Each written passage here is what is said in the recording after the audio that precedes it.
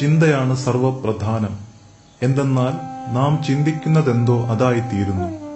ഒരു സന്യാസിയുണ്ടായിരുന്നു. അയാൾ മരച്ചുവട്ടിലിരുന്ന് ആളുകൾക്ക് മതോപദേശം ചെയ്തു വന്നു.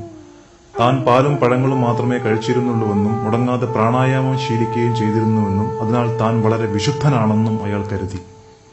അതേ ഗ്രാമത്തിൽ ഒരു വേശ്യാസ്ത്രീ ഉണ്ടായിരുന്നു. സന്യാസി നാൾതോറും അവളുടെ അടുത്ത് ചെന്ന് അവളുടെ ദുർനടത്തം അവളെ നരകത്തിലാക്കുമെന്ന് താക്കീത് ചെയ്തുകൊണ്ടിരുന്നു. ആ സാധുസ്ത്രീ തന്റെ ഏക ജീവനോപായമായ വേശ്യാവൃത്തി ഉപേക്ഷിക്കാൻ ശക്തയായില്ല. എങ്കിലും സന്യാസി വിവരിച്ച് കേൾപ്പിച്ച തന്റെ ഭയാനക ഭാവിയോർത്ത് അവൾ ഭയചകിതയായി. അവൾ ഈശ്വരനോട് കേണുകൊണ്ടിരുന്നു. മറ്റൊരു ഗത്യന്തരമില്ലാഞ്ഞിട്ടാണ് താൻ ഈ തെറ്റുകൾ ചെയ്തു പോകുന്നത്, തന്നോട് പൊറുക്കണേയെന്ന്. കുറച്ചു കാലം കഴിഞ്ഞപ്പോൾ സന്യാസിയും വേശ്യാസ്ത്രീയും മരിച്ചു. ദേവദൂതന്മാർ വന്ന് സ്ത്രീയെ സ്വർഗത്തിലേക്ക് കൊണ്ടുപോയി. സന്യാസിയുടെ ജീവൻ അവകാശപ്പെട്ടു വന്നത് നരകദൂതന്മാരാണ്. അയാൾ ആശ്ചര്യത്തോടുകൂടി ചോദിച്ചു, ഇതെങ്ങനെ സംഭവിക്കും?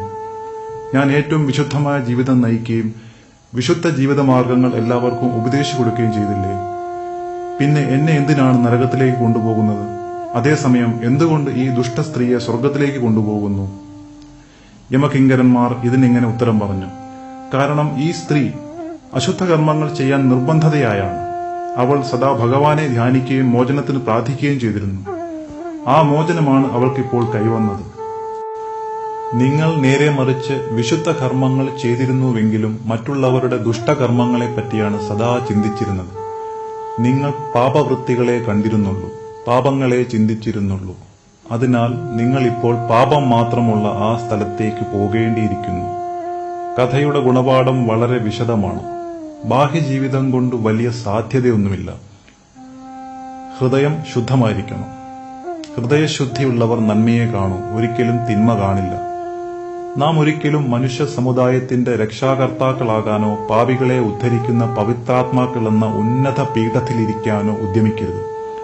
അതിനു പകരം നമുക്ക് നമ്മെ തന്നെ വിശുദ്ധീകരിക്കാം. അങ്ങനെ ചെയ്യുന്നതിന്റെ ഫലം തീർച്ചയായും പരന്മാരെ സഹായിക്കുന്നതാണ് താനും.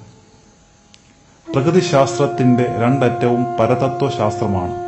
അതുപോലെ തന്നെ യുക്തിചിന്തയെ സംബന്ധിച്ചും അത് അയുക്തത്തിൽ നിന്ന് തുടങ്ങുന്നു, അയുക്തത്തിൽ അവസാനിക്കുകയും ചെയ്യുന്നു. ഇന്ദ്രിയ വേദനത്തിന്റെ മേഖലയിലെ അന്വേഷണം വേണ്ടത്ര മുന്നോട്ട് കൊണ്ടുപോയാൽ നാം ഇന്ദ്രിയ വേദനാതീതമായ മേഖലയിൽ ചെന്നെത്തും. യുക്തിചിന്ത യഥാർത്ഥത്തിൽ ഇനം തിരിച്ചു സംഭരിക്കപ്പെട്ടിട്ടുള്ള ഇന്ദ്രിയ വേദനങ്ങളാണ്. ഓർമ്മശക്തിയുടെ സഹായത്തിനാലാണ് അത് നിലനിർത്തപ്പെടുന്നത്. ഇന്ദ്രിയ വേദനങ്ങൾക്കപ്പുറത്ത് ഭാവനയോ യുക്തിചിന്തയോ സാധ്യമല്ല. യുക്തിചിന്തയ്ക്കതീതമായൊന്നും ഇന്ദ്രിയജ്ഞാന വിഷയമാകുവാനും വയ്യ. യുക്തിചിന്തയ്ക്കുള്ള പരിമിതി നമുക്ക് അനുഭവപ്പെടുന്നു. എങ്കിലും ഇന്ദ്രിയാതീതത്തിന്റെ ഈർഷദർശനമരുളുന്ന ഒരു മേഖലയിലേക്ക് അത് നമ്മെ നയിക്കുന്നുണ്ട്. യുക്തിചിന്തയിലും കവിഞ്ഞ വല്ല ഉപകരണവും മനുഷ്യന്റെ പക്കലുണ്ടോ എന്ന ചോദ്യം ഇവിടെ പൊന്തി വരുന്നു. യുക്തിചിന്തയ്ക്കും അപ്പുറം എത്തുവാനുള്ള ഒരു ശക്തിവിശേഷം മനുഷ്യരിൽ ഉണ്ടാകുവാൻ വളരെ എളുപ്പമുണ്ട്. വാസ്തവത്തിൽ ഏത് കാലഘട്ടത്തിലും ജീവിച്ച സിദ്ധപുരുഷന്മാരെല്ലാവരും ഇപ്രകാരം ഒരു ശക്തി തങ്ങളിലുള്ളതായി പ്രഖ്യാപിച്ചിട്ടുണ്ട്. എന്നാൽ വിഷയ സ്വഭാവത്തിൽ തന്നെ ആധ്യാത്മികമായ ആശയാനുഭൂതികൾ യുക്തിചിന്തയുടെ ഭാഷയിലേക്ക് വിവർത്തനം ചെയ്യുക സാധ്യമല്ല. തങ്ങളുടെ ആധ്യാത്മിക അനുഭൂതികളെ പറഞ്ഞറിയിക്കുവാൻ തങ്ങൾ അശക്തരാണെന്ന് ഈ മഹാത്മാക്കളെല്ലാം പ്രസ്താവിച്ചിട്ടുണ്ട്. അവ വിവരിക്കാൻ തക്ക വാക്കുകളൊന്നും ഭാഷയിലില്ല. അതിനാൽ ഇവ യഥാർത്ഥ അനുഭവങ്ങളാണെന്നും എല്ലാവർക്കും നേടാവുന്നതാണെന്നും തീർത്തും പറയുവാൻ മാത്രമേ സാധിക്കൂ.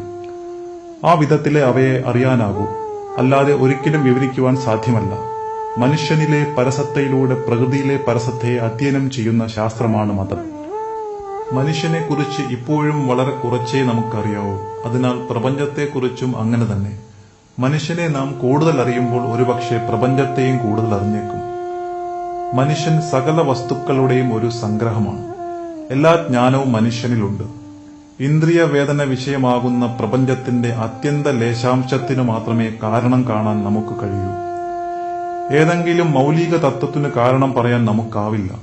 ഒരു വസ്തുവിന് കാരണം പറയുകയെന്ന് വെച്ചാൽ അതിനെ ഏതെങ്കിലും ഒരു വർഗത്തിൽപ്പെടുത്തി മനസ്സിലുള്ള ആ വർഗത്തെ ഒരു ഏട്ടിൽ തിരികെ വയ്ക്കുന്നുവെന്നേയുള്ളൂ. നാം പുതിയൊരു വസ്തുത കണ്ടെത്തിയാലുടൻ അതിനെ നിലവിലുള്ള ഏതെങ്കിലും ഇനത്തിൽപ്പെടുത്താൻ ശ്രമിക്കുകയായി. ഈ ശ്രമമത്രേ യുക്തിചിന്ത. പുതിയ വസ്തുതയ്ക്ക് ഈ പഴയതിൽ ഒരു സ്ഥാനം കണ്ടെത്തുന്നതിൽ വിജയിച്ചാൽ നമുക്ക് ഒരുവിധം സംതൃപ്തിയായി. പക്ഷേ ഇങ്ങനെയുള്ള വർഗീകരണവുമായി ഭൗതിക മേഖലയ്ക്കപ്പുറം കടക്കാൻ നമുക്ക് കഴിയുകയില്ല. മനുഷ്യന് ഇന്ദ്രിയ വ്യാപാര പരിധിയെ അതിക്രമിക്കാമെന്നാണ് അതീത യുഗങ്ങളുടെയെല്ലാം പ്രബലമായ സാക്ഷിപത്രം. ഈശ്വര സാക്ഷാത്കാരം ഒരിക്കലും ഇന്ദ്രിയങ്ങളിലൂടെ സാധ്യമല്ലെന്ന് 5000 കൊല്ലത്തിനു മുമ്പേ ഉപനിഷത്തുകൾ പ്രഖ്യാപിച്ചു. ഇന്നത്തെ ആജ്ഞേയവാദവും അത്രത്തോളം സമ്മതിക്കുന്നു. ഇതു പ്രശ്നത്തിന്റെ നിഷേധവശം മാത്രം. ഇന്ദ്രിയ ലോകത്തെ അതിക്രമിച്ചാലേ മനുഷ്യന് അവനിലെ പരമാർത്ഥ തത്വത്തെ പ്രാപിക്കുവാൻ, അവന്റെ യഥാർത്ഥ സ്വരൂപം സാക്ഷാത്കരിക്കുവാൻ കഴിയും. ആത്മജ്ഞാനം ഒരിക്കലും ഇന്ദ്രിയജ്ഞാനമല്ല. ബ്രഹ്മത്തെ അറിയുക സാധ്യമല്ല. കാരണം നാം ബ്രഹ്മം തന്നെയാണ്. ബ്രഹ്മത്തിന്റെ ഒരംശമല്ല, മുഴുവൻ ബ്രഹ്മവും തന്നെയാണ്. അപ്രസാരിതമായ വസ്തു ഒരിക്കലും വിഭാജ്യമല്ല. പ്രത്യക്ഷത്തിലെ നാനാത്വം കാലദേശങ്ങളിലൂടെ കാണപ്പെടുന്ന പ്രതിബിംബങ്ങളത്രേ. നമുക്കറിയാവുന്ന പോലെ സൂര്യൻ അനേകമില്ല, ഒന്നേ ഉള്ളുവെങ്കിലും ലക്ഷോപലക്ഷം മഞ്ഞുതുള്ളികളിൽ പ്രതിബിംബിച്ചു കാണും പോലെയാണത്. ജ്ഞാനയോഗത്തിൽ നമുക്ക് ഈ നാനാത്വ ദർശനത്തെ ഒഴിച്ച് ഏകത്വം മാത്രം കാണാൻ കഴിയണം. ഈ ഏകത്വത്തിൽ ജ്ഞാതാവില്ല, ജ്ഞേയമില്ല, ജ്ഞാനമില്ല, നിങ്ങൾ, അവൻ, ഞാൻ എന്നീ ഭേദങ്ങളില്ല. കേവലമായ ഏകത്വം മാത്രം. നാം എക്കാലവും ഇതാണ്. ഒരിക്കൽ സ്വതന്ത്രരായാൽ എന്നും സ്വതന്ത്രർ. മനുഷ്യൻ നിമിത്ത നിയമത്താൽ ബദ്ധനല്ല. ശോകവും ദുഃഖവും മനുഷ്യനിലുള്ളവയല്ല. അവ സൂര്യനെ ക്ഷണനേരത്തേക്ക് മറയ്ക്കുന്ന മേഘങ്ങളെ പോലെയാണ്. മേഘം കടന്നുപോകുന്നു. സൂര്യന് ഒരു മാറ്റവും വന്നിട്ടില്ല. അതുപോലെയാണ് മനുഷ്യനും. അവൻ ജനിക്കുന്നില്ല, മരിക്കുന്നുമില്ല. അവൻ കാലദേശങ്ങളിലല്ല. ഈ ആശയങ്ങൾ മനസ്സിന്റെ പ്രതിഫലനങ്ങൾ മാത്രം. നാം അവയെ യാഥാർത്ഥ്യമായി തെറ്റിദ്ധരിച്ചിരിക്കുന്നു. തന്നിമിത്തം അവയാൽ മറയ്ക്കപ്പെട്ട മഹനീയ സത്യത്തെ കാണുന്നുമില്ല. കാലം നമ്മുടെ ചിന്തയുടെ ഉപാധി മാത്രമാണ്. നാം ശാശ്വതമായ വർത്തമാനകാലമത്രേ. നന്മയ്ക്കും തിന്മയ്ക്കും നമ്മെ അപേക്ഷിച്ചേ ഉണ്മയുള്ളൂ. ഇവയിൽ ഒന്നിന്റെ അഭാവത്തിൽ മാറ്റേണ്ടതുണ്ടാവാൻ വയ്യ. കാരണം ഓരോന്നിനും മറ്റേതിൽ നിന്ന് വേറിട്ടാൽ അർത്ഥമോ അസ്തിത്വമോ ഇല്ല. നാം ദ്വൈതം കാണുന്നിടത്തോളം മനുഷ്യനും ഈശ്വരനും വേറെയെന്ന് വിചാരിക്കുന്നിടത്തോളം നന്മ തിന്മകളും കാണേണ്ടിയിരിക്കുന്നു. കേന്ദ്രത്തിലേക്ക് പോയാൽ, ഈശ്വരനുമായി ഏകീഭവിച്ചാൽ മാത്രമേ നമുക്ക് ഇന്ദ്രിയ വ്യാമോഹങ്ങളിൽ നിന്നും മോചനം നേടാൻ കഴിയൂ. തൃഷ്ണയാകുന്ന നിത്യജ്വരം വെടിഞ്ഞാൽ, തൃഷ്ണയെ ഇങ്ങനെ വരാത്തവണ്ണം ശമിപ്പിച്ചാൽ നാം നന്മ തിന്മകളിൽ നിന്നും മുക്തരാകും. എന്തെന്നാൽ അപ്പോഴേക്കും നാം അവ രണ്ടിനെയും അതിക്രമിച്ചിരിക്കും.